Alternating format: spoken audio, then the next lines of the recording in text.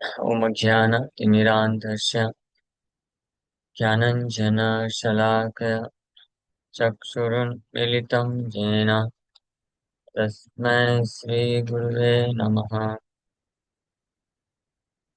नमो विष्णुपादाय कृष्णप्रेष्ठाय भूतले श्रीमते भक्तिवेदान्तस्वामिनिति नामिने।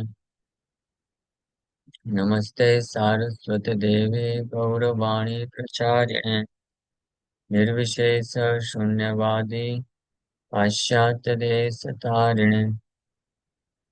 जय श्री कृष्ण चैतन्य प्रभु नित्यानंद श्री अद्वैत गदाधर श्रीवासादि गौर भक्त वृंदा।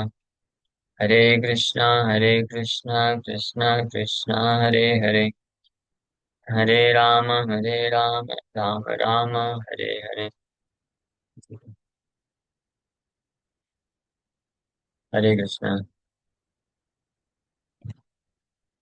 आप सभी भक्तों का हार्दिक स्वागत है आज के प्रातःकालीन श्रीमद् भागवतम की चर्चा में। तो हम लोग चर्चा कर रहे हैं श्रीमद् भागवतम फर्स्ट कैंटो।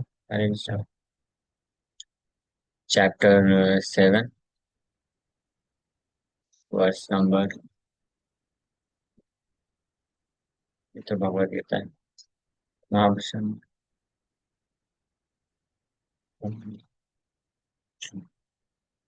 श्रीमद् भागवतम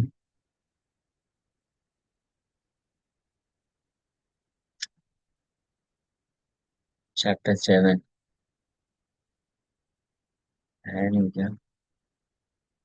और भागवतम चैप्टर 7 टेक्स्ट,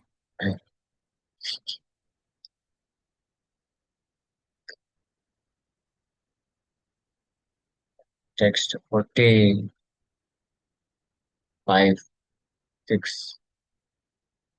46 हम लोग डिस्कस किए थे। तद धर्मज्ञ महाभागा भवद्भिर्गौरवं कुलम् वृजिनं नार्हति प्राप्तुं पूज्यं वन्द्यम् अभीक्ष्णसः। इसमें भी कुछ महाप्रसाद है। पाठ को पढ़ते हैं। पूज्यं वन्द्यम् अभीक्ष्णसः। So most fortunate one who know the principles of religion, it is not good for you to cause grief to glorious family members who are always respectable and worshipful. So माता द्रौपदी इस श्लोक में बोल रही हैं कि आप धर्मज्ञ हैं। धर्मज्ञ मतलब धर्म के सिद्धांतों के बारे में आप जानते हैं, इसलिए आप यू आर मोस्ट फॉर्चुनेट। तो इसलिए आपके लिए उचित नहीं है कि जो पूजनीय है और वंदनीय है अ, निरंतर उनको इस प्रकार से लज्जित करना। किसको? अश्वत्थामा को अर्जुन बांध के लाए थे जानवर की तरह। तो द्रौपदी माता इस प्रकार से बोल रही हैं। The slight insult for a respectable family is sufficient to invoke grief. Therefore, a cultured man should always be careful in dealing with worshipful family members. तो जो बहुत ही सम्मानित परिवार होते हैं, सम्मानित व्यक्ति होते हैं, उनके लिए थोड़ा भी अगर अपमानजनक स्थिति उत्पन्न कर दी जाती है तो ये बहुत ज्यादा प्रदान करता है। इसीलिए जो सभ्य पुरुष होते हैं, सभ्य व्यक्ति होते हैं, उनको हमेशा बहुत ही केयरफुल रहना चाहिए, सावधान रहना चाहिए। ऐसे वर्शिपफुल फैमिली मेंबर्स यानी जो बहुत ही आदरणीय है, सम्मानित है, उनके साथ डील करते वक्त हम हर प्रकार से केवल जनसाधारण तरीके से जनसाधारण लोगों से ऐसे डील करते हैं, उस प्रकार से हम उन लोगों के साथ डील नहीं कर सकते जो बहुत ही सम्मानित होते हैं, स्पेशली जो वरिष्ठ हैं, लाइक स्पिरिचुअल मास्टर्स, गुरु होते हैं, भगवान होते हैं।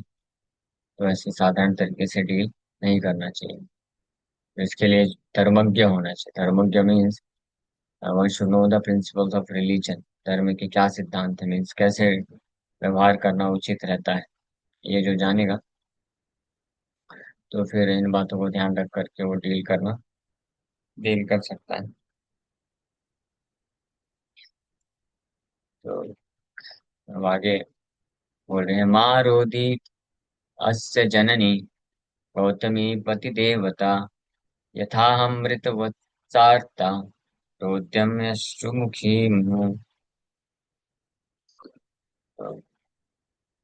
My lord, do not make the wife of Dronachar cry like me. I am aggrieved for the death of my sons. She need not cry constantly like me.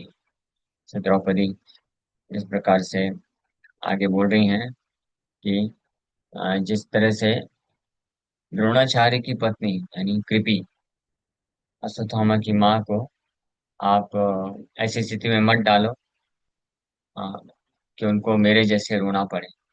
जिस प्रकार से मैं अपने पुत्र के मृत्यु पे बहुत दुखी हूँ, सो मैं नहीं चाहती कि कृपि गुरु माँ है द्रोणाचार्य की पत्नी, वो भी अपने पुत्र की मृत्यु पे इस प्रकार से रोए। तो द्रौपदी ये बताना चाह रही हैं कि एक्सपीरियंस है उनको खुद को। हालांकि पांचों पुत्र जो हैं अर्जुन के भी पुत्र हैं, उनका मृत्यु हुआ तो अर्जुन को भी बहुत दुख हुआ निश्चित रूप में। लेकिन द्रौपदी को जितनी मात्रा में दुख का अनुभूति हुआ है, ऐसा प्रतीत होता है कि अर्जुन से ज्यादा दुख द्रौपदी को हुआ। और पांचों पुत्रों के एक साथ मृत्यु के समय द्रौपदी ने माँ के रूप में जो दुख को प्राप्त किया, तो अनुभव होने के कारण द्रौपदी जानती हैं कि कितना कष्टदायक होता है। तो और स्पेशली यशोथामा की माँ कृपि, कृपि के लिए तो डबल शॉक हो जाएगा, डबल दुख होगा। क्यों? क्योंकि ऑलरेडी हस्बैंड का मृत्यु हो चुका है अभी कुछ ही समय पहले महाभारत के युद्ध में। और अब अश्वत्थामा का भी अगर मृत्यु हो जाएगा तो वो ज्यादा दुख देगा। द्रौपदी के पास एटलीस्ट उनके पति तो जीवित थे, पुत्रों का मृत्यु हो चुका था, तो द्रौपदी को इतना फिर भी इतना दुख था। तो इस बात को जानते हुए वो रिक्वेस्ट कर रही है अर्जुन से कि do not make the wife of Dronacharya try like me. मेरे जैसे द्रोणाचार्य की पत्नी कृपि को रोती अवस्था में मत डालो। माँ रोदीत, माँ मीन्स डू नॉट, माँ रोदीत अस्य जननी। तो पहले तो द्रौपदी बोली कि उचित नहीं है, ये ब्राह्मण है। अब जब सबसे पहले लेके आया अर्जुन, तो द्रौपदी ने प्रणाम किया और बोला ये ब्राह्मण है, गुरु है, ब्राह्मण गुरु होते हैं, तो उनको इस प्रकार से बांधना और लज्जित करना उचित नहीं है। तो मानो अर्जुन इसमें तर्क दें कि ये ब्राह्मण नहीं है, क्योंकि जो ब्राह्मण होते हैं इस प्रकार से घिनौना कार्य नहीं करते हैं। अ, सोते हुए पुत्रों को मार देना, तो ये कैसे ब्राह्मण हो सकता है? द्रौपदी ने फिर दूसरा लॉजिक दिया कि ठीक है, अगर ये ब्राह्मण आप नहीं भी मानते हो, लेकिन ये ब्राह्मण का पुत्र है। और ब्राह्मण का पुत्र जो है द्रोणाचार्य का गुरु पुत्र है, तो पुत्र होता है वो पिता का प्रतिनिधि होता है, रिप्रेजेंटेटिव होता है, तो एज गुड एज फादर्स। तो इसलिए द्रोणाचार्य को देखते हुए, याद करते हुए कि वो हमारे गुरु हैं और उनकी अनुपस्थिति में उनका पुत्र ही अब उनको प्रतिनिधित्व करता है। इसके लिए और लॉजिक दिया कि इसीलिए कृपि द्रोणाचार्य की पत्नी सती नहीं हुई, द्रोणाचार्य के साथ उन्होंने अपने आप का दाह संस्कार नहीं किया। क्यों? क्योंकि उनके पुत्र जीवित थे। पुत्र होने के कारण, तो पुत्र को, पति को अपने पुत्र के रूप में देखते हुए, पुत्र को अपने पति के रूप में देखते हुए कि मेरा पति जो है पुत्र के रूप में मेरे साथ है, ऐसा समझते हुए कृपि ने अपना शरीर को त्याग नहीं किया। अ, इसलिए पुत्र जो होता है प्रतिनिधित्व करता है, तो द्रोणाचार्य ही समझना चाहिए। तो दूसरा लॉजिक फिर से दिया, लेकिन द्रौपदी कुड सेंस कि अर्जुन फिर भी इज रेशनल, रेशनल मीन्स विवेक से कार्य कर रहे हैं, शास्त्र को जानते हैं, तो still he may not be convinced. तो इसलिए तीसरा जो है बोल रही है कि चलो ये सब छोड़ भी दे अगर, तो कम से कम आपको मेरा जो दुख है वो आपने देखा और इसके कारण आपने वचन ले लिया, आपको इतना क्रोध आया। सो मेरे जैसे ही दुख को किसी अन्य स्त्री को आप क्यों प्रदान करना चाहते हो? वो तो निर्दोष है ना, उसने तो कुछ नहीं किया। और वो भी, वो स्त्री कौन है? हमारी गुरु माँ है, द्रोणाचार्य की पत्नी है। तो इसलिए मेरा रिक्वेस्ट है कि मेरे जैसे उनको रोता हुआ मत बनाओ। हाँ, मेरे पुत्र ठीक है इसने मार दिए, तो मुझे तो दुख मिल रहा है, तो इसको मारने से मेरा दुख तो नहीं खत्म होगा। मेरे पुत्र तो जीवित नहीं आ सकते ना इसको मारने से। तो अगर होगा तो क्या होगा, एक और मेरे जैसी स्त्री को रोना पड़ेगा। ये पॉइंट ऑफ व्यू है, लॉजिक। हाँ, इस प्रकार से व्यक्ति को विचार करना चाहिए। कभी बदले की भावना अगर आती है तो ऐसा सोचना चाहिए कि किसी ने हमारे साथ बुरा किया, अत्याचार किया, हमको डांट दिया या पीट पिटाई कर दिया, मार दिया, कुछ भी करता अत्याचार, तो नहले पे दहला करने से पहले सोचना चाहिए कि हमको सामने वाले को भी उसी प्रकार से ट्रीट करने से हमारा जो दुख है वो तो कब तक खत्म नहीं होगा ना। तो अन्य व्यक्ति को उसी प्रकार का दुख क्यों प्रदान करना, और उस व्यक्ति से संबंधित कई अन्य लोग हैं जो निर्दोष हैं, उनको वो दुख क्यों देना। जैसे लाइक कोई व्यक्ति है, क्रोध में आकर के किसी ने अ, किसी को मार दिया, तो उसने मार दिया, तो अन्य व्यक्ति भी क्रोध में आकर के जाके उसको मार दे। ये नहीं बोला जा रहा है कि दंडित नहीं करना चाहिए, लेकिन ये बदले की भावना के ऊपर हम फोकस करते हुए बोल रहे हैं कि बदले की भावना क्यों रख। बदले की भावना रखने से जो व्यक्ति बदले की भावना रखता है उसका भी नुकसान होता है। और सामने जिसपे इस प्रकार का अटैक किया जाता है, कई बार कॉन्सिक्वेंस, उसका परिणाम इतना भयानक होता है कि दो व्यक्तियों के लड़ाई, आपसी लड़ाई के चक्कर में कई बार पूरा परिवार को सफर करना पड़ता है, कष्ट उठाना पड़ता है। ऐसे कई एग्जाम्पल देखने को मिलते हैं। तो ये महत्वपूर्ण शिक्षा मिलती है कि व्यक्ति को एक्ट करके विचार करना चाहिए कि हम कोई भी एक्शन लेने जा रहे हैं तो इसका लाभ क्या है और इसका हानि क्या है, इस पे विचार करना चाहिए। ऑफ कोर्स उसके लिए व्यक्ति को जो है ईर्ष्या रहित होना चाहिए। द्रौपदी का एक बहुत महान गुण है यहाँ पे। द्रौपदी पूरी तरह से ईर्ष्या रहित है।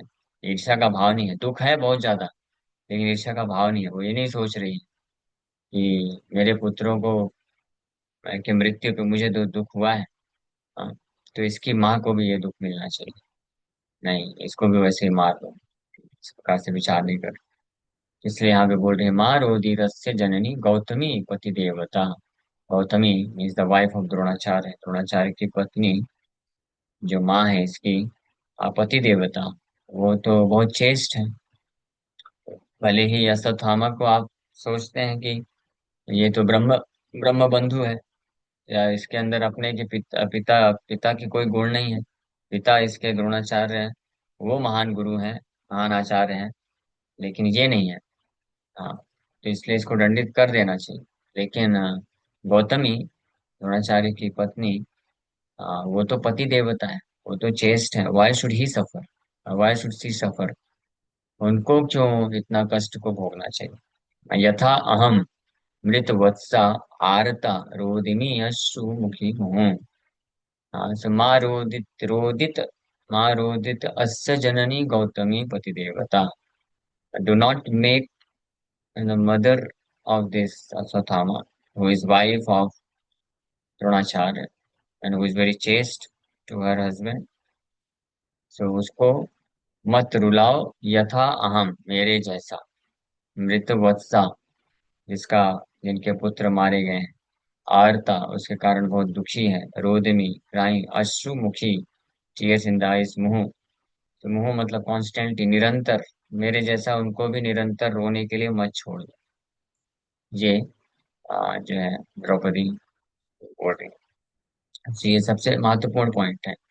बाकी जो लॉ चीजें पहले बोला द्रौपदी ने, सो वो सब आई मीन्स शास्त्र दृष्टिकोण से सही नहीं थे। वो इमोशंस थे जस्ट उनके, क्योंकि वो ब्राह्मण के रूप में देख रही थी, गुरु के रूप में देख रही थी अश्वत्थामा को, जो कि सत्य नहीं था। क्योंकि वो अपने ब्राह्मणत्व को और गुरु की पदवी को खो चुके थे अश्वत्थामा, ऐसा जो है कार्य करके, एक्टिंग सच हीनियस मैनर। लेकिन ये जो पॉइंट है, इस पे फोकस कर रहे हैं, अश्वत्थामा पे फोकस ना करके गौतमी पति देवता है जो कि कृपी, उनका इसमें कोई फॉल्ट नहीं। और उनका जो दुख है अश्वत्थामा पे निर्भर है। तो उसको ध्यान में रखते हुए आप ऐसा कुछ डिसीजन मत लेना कि कृपी का नुकसान हो जाए। तो इसलिए कोई भी हम जजमेंट करते हैं या डिसीजन लेते हैं, तो केवल एक ही फैक्टर पे विचार नहीं करना चाहिए। उस जो भी डिसीजन लिया, तो उसका परिणाम किन किन सिचुएशन, कैसी कैसी परिस्थितियों को प्रभावित करेगा, किन किन व्यक्तियों को प्रभावित करेगा, उस पे भी ध्यान रखते हुए डिसीजन लेना चाहिए। हाँ। हाँ, और दोनों चीज, जैसे ये केस जो है बहुत महत्वपूर्ण है। फाइनली भगवान कृष्ण ही अर्जुन को ये बुद्धि देंगे कि how to handle such cases.